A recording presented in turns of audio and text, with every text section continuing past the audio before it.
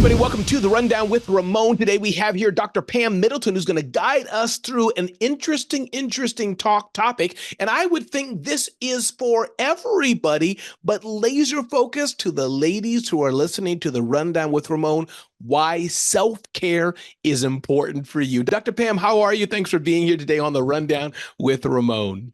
I am great. Thanks for having me, Ramon. Oh, you're welcome, Dr. Pam. Before we get into it, let people know who you are today, how to reach you, websites, anything like that, who you serve. Feel free to give 1 or 2 minutes about who you are right at the top so the audience understands who they're talking to.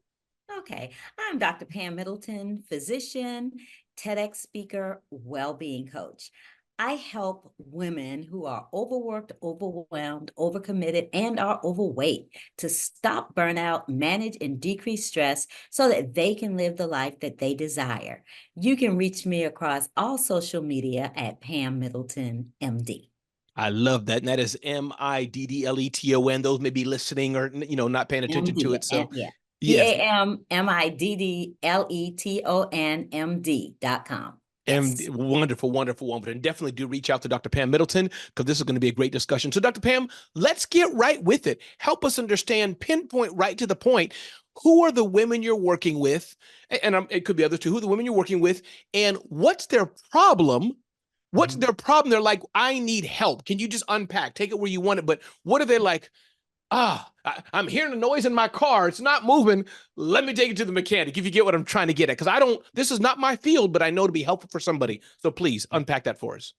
So I'm working with busy professional women. Yeah. A lot of them are business owners, as I am. And the reason I'm doing this is because of my own personal story. I had a thriving medical practice, felt like I was living my best life. Then, due to illnesses and elderly people in my family, I needed to go back home to help out. When I did that, I had to give up my medical practice. And surprisingly, when I did that, I realized that a big weight was lifted off my shoulder. So instead of living my best life, I realized I had been on the struggle bus, overwhelmed by responsibility at work, pulled in every direction by multiple commitments. So I realized that I corrected that, started doing things for myself, putting myself first. And as a result, I rediscovered my vitality and joy. Plus, I released 70 pounds. So I decided that I wanted to help other women, who may have been suffering like me and not knowing. I didn't know it. I mean, that's the interesting thing is you can actually kind of be suffering in silence and you just didn't even realize it. So I want to help women. And I tend to like to help more midlife women who are a little bit older, a little bit seasoned, because we're at a time of our lives where we have worked hard and it's time for us to enjoy ourselves. Come on now. And, and you're older, so your kids are out of the way. You don't have to take care of these little ones anymore. So you need to be putting yourself first. I love it. Before we get to some of the solutions that you may have or tips you may have, kind of walk us through it, can you help us understand about women? And again, help men understand, but help women understand themselves. And I'm going to put my foot in my mouth, but if I do, please rescue me, Dr. Pam, please rescue me. It's my understanding, being a 51-year-old grown man, married, with 2 kids, that no matter how hard I try or how hard, whatever I do, because I'm a good man by God's grace, is that my wife, the ladies in my life, especially the older ones, they seem, whatever it is, they just take the brunt of a lot of things. If somebody's sick in the family, I'm there, but I'm driving my wife and she's the one who's doing, So if you can understand what I'm trying to say sensitively and respectfully, but is that part of am I on to something there, even though I may have said it a bit clumsy? Yes. Help me understand that. You are definitely on to something. And it's something that I coach women about because unfortunately, I can say in society, women are expected to do everything. Women take care of the kids. They're just used to doing everything. So it's a role that we take on. It's a role that was given to us, first of all. Yeah. And then we tend to accept it. You are the nurture. Well, and one, I don't know if you agree with this, but you are the nurturers. You all are different. You operate different. So the little boy goes to mommy because dad's going to be like, take a cup of water and keep moving. Continue on though. That's it. So, we're used to doing this. So when something comes up, we're like, I'll do it. And then what I find is the women who are busy. Like, you know, the saying, if you need something done, go to a busy person. That's right. You know, because we are busy, but we feel like we can handle it. You know, like there are times you may have a woman who you will offer to help them out, right? And they may let you help them out for a little while. Okay, yeah, you go on and do that. Then they look at you and they're like, you're not doing that the way I would do it. I could do it better. So you know what? Forget it. I'll just take care of it myself. You know, you probably experienced that. That is why, because sometimes as women, we feel like, you know what? Yeah, I can let you do it, but it's not really going to be done in the way I want it done. And I can just do it myself. That's right. Quick, you know, instead of me trying to explain to you how I want you to do it, let me just do it myself. But we keep on adding these things on. And what a lot of women don't realize is that this is now affecting our health, especially as you get older. Yeah. And so, you know, what I tell a lot of my clients is that I know that you're the one that everybody in the family comes to, and you're the one who's the boss at work, and you're doing all the things, but not to be morbid, if you drop dead tomorrow, those people at work gonna replace you in a minute. Now, your family cannot replace you, okay? But if you want to be here for them, you have to start taking care of yourself. That's just all to it. You know, we just put everybody else before ourselves. We have self-care routines that somebody says they need something. Oh, well, I was planning on doing this, but okay, I'll just go on and help you out. And we got to stop that. So, Dr. Pam, how do we do this? What are some things that you do? And again, one more time, Dr. Pam, let us know how to reach you. Let me pause a minute. Please tell us how to reach Dr. Pam Middleton. Where do we go to reach you? So you can reach me across all social media at Pam Middleton MD, or you can go to my website, pammiddletonmd.com. I love it. PamMiddletonMD.com. So what are some steps that the ladies in our life should do to have a better relaxed life, to do all the things you're saying? And I'm guessing it's going to be a journey. So whatever you're about to hear, ladies, this probably is not going to happen overnight, maybe. But what are some things you're saying, Ramon, if the ladies would just do or start to even think about, right? Because you and I are in communities together, mindset, 3 or 4, 5 things, share that, if that makes sense. And that's a fair question. No, it's a fair question. So you want to set up what I call a habit stack. You want to have certain things in your life, certain self-care, like a self-care routine. One thing is to do prayer or meditation. You've got to calm your mind down. Your mind is going like this. This is why you have people saying, I can't sleep. Yeah, because your mind's going like this. You got to learn. Can I tell you something? My wife stepped out. Wife says that too. See? Go ahead. Meditation. We're gonna calm her down. We just gotta calm her down. Okay. So prayer, meditation, journaling, and I love gratitude journaling. I ask people to just write down 3 things that you're grateful for every day. Because you know, life is gonna be lifing, right? Life is gonna life on us. But if you can concentrate on the positive things in your life, that too is gonna help you mentally. And then you want to move. You want some type of physical movement. I'm not telling you need to go to the gym and do like an hour aerobics. No, you can just go for a walk, maybe kind of a brisk walk, but go for a walk, dance, find something you like doing. I love to dance. So I'm like, yeah, I'm just gonna dance. Shoot, this is fun. And you know, you dance and all of a sudden your heart rate's up, you sweating. So that's good exercise. And then another thing that this is like super, super, super, super important. Okay. Put a bunch of asterisk stars by this. Eat real food. Okay. Eat real food. What is real food? Real food is food that if you leave it sitting out on the counter, it's going to start to go bad, like a banana. You know, it's going to start to break down because it's got its own enzymes. It's going to start to break down so your body doesn't have to work as hard. Now, of course, you can follow what I call the 80-20 rule.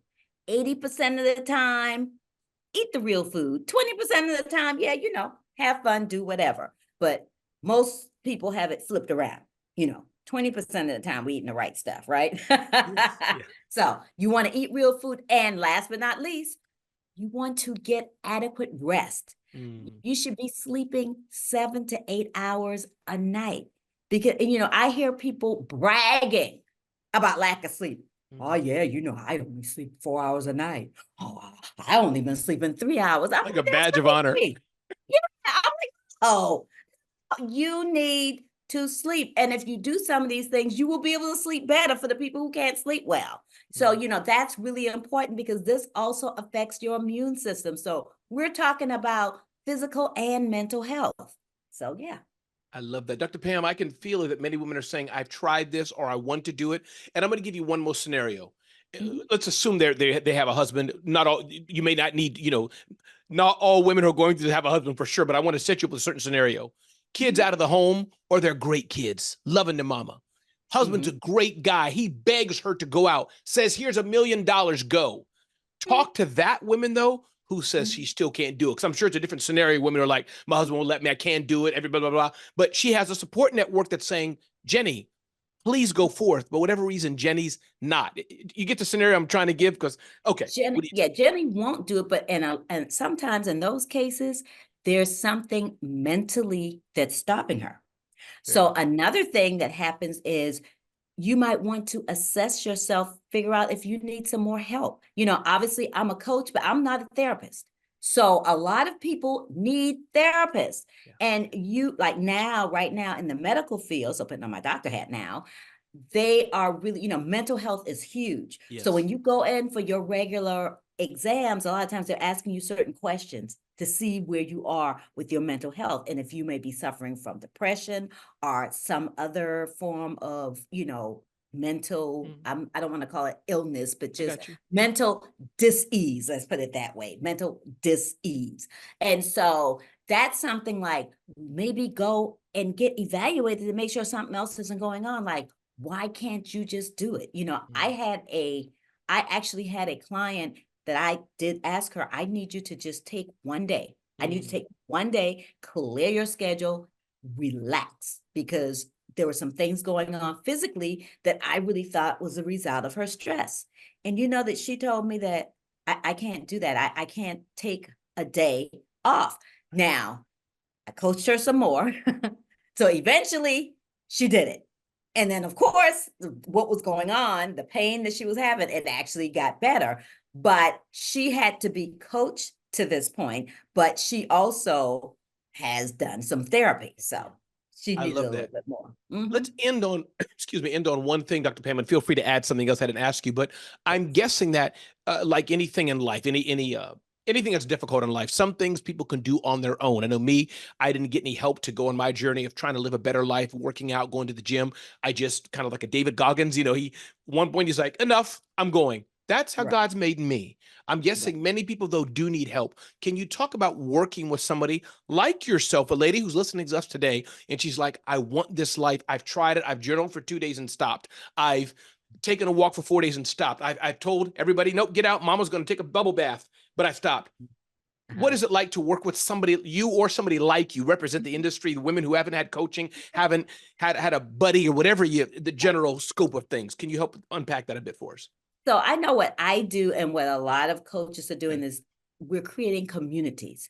So, you know, women are used to being in communities, being, you know, with other groups of women, and, you know, so this is what's going to help you. So it's not just your coach, whoever it may be, it's going to be the other people around you in community with you, other people who are experiencing the same things you're experiencing. Because, you know, no shade to you, but you're not experiencing what your wife is experiencing. So when you say something, she's like, nah, you don't even understand what I'm dealing with, you know? And so, but another woman who understands exactly what she's dealing with can say, hey, you know, she pull her aside and be like, you know what, sister, you gotta make a change. You gotta do something. Let's just, and a lot of times what women will do, women are good supporting each other.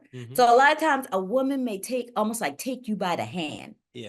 Maybe not just figuratively, but you know, actually physically, and say, hey, come on, let's just start with this. Let's take a walk. You know, I'm gonna be your walking buddy. We're gonna just walk. Let's start off with just once a week.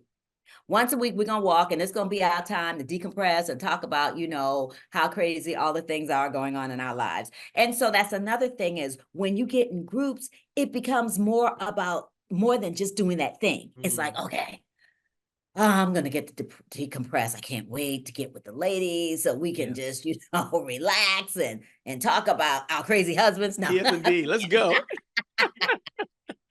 I So yeah, love that that. will help to be in a community of Yes. people. Yes. So Mhm. important. And again, Dr. Pam Middleton's with us today. Pam Middleton, MD, right? Yes. PamMiddletonMD.com, PamMiddletonMD.com.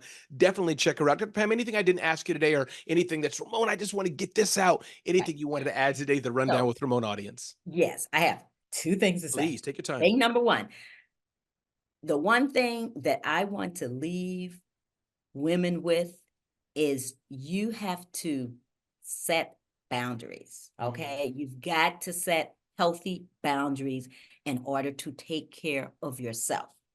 The second thing I want to say, a part of setting those healthy boundaries is that you have to be able to say no. And remember that no is a complete sentence. And you have to practice it because at first you're like, oh, no, I No can't do is a complete sentence. That is no is good. a complete sentence. And you think about it, if someone asked you to do something and you say no, that's it. Conversation over. If you usually, people hem and haw. Well, I would, but I'm so busy. And then, folks ease their way in. Oh, no, it's not going to take that much time. We're going to help you out, blah, blah, blah, blah. But no, when you say no, I remember the first time I actually did it. I said no. I was nice about it. Yeah. I was friendly about it. Wasn't harsh.